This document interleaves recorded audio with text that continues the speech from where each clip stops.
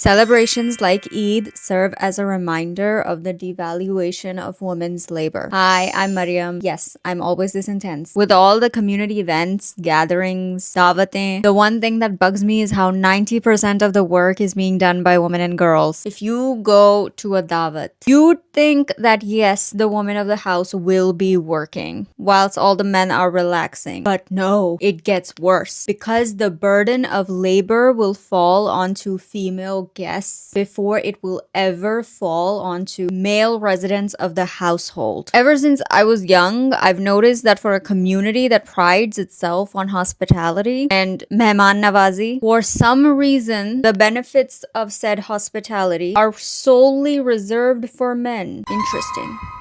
When you have female guests entering the house, they themselves will participate in helping out with the event, whilst men, both the ones who are invited and the ones who live there, will continue doing nothing. Explain to me why women who are guests are doing more work for a house that they don't even live in than the men who actually live there quickly. And it starts very young. When parents expect young girls, whether those girls are guests or they are residents, to go to the kitchen to help the woman. Meanwhile, boys aren't told to do that. This is the part that conflicts me. So my protest in all of this is that whenever I am invited as a guest to any of these gatherings, I refuse to help out with anything. I don't care if there's a million things that need to be done. Ask your husband, ask your son, ask your brother, ask your dad, ask your male family members before you ask your female guests. If you have male residents sitting idle and your first instinct is to ask female guests for help, I'm not helping. Now, if everyone is helping, the male residents are also contributing, then yes, I will be happy to help out. I know that there's women out there who think that they are helping the woman who invited them by sharing the workload with them. Personally, I think that by sympathizing with the woman throwing these events and by helping them out, we're just enabling the cycle. We're also making it harder for women and girls who will come after you. Because now, by helping out, you have upheld the expectation that this is a woman's job, and you have increased the burden on the woman or girl who comes after you. And if she refuses, she will be labeled a bad woman and have to deal with the consequences of a problem you helped create. So the cycle never ends. You might be content with your incompetent male family members and enable their incompetence by asking female friends to help out instead of them, but I'm not. I am curious to hear what you think and how you deal with situations like this. I just think collective male incompetence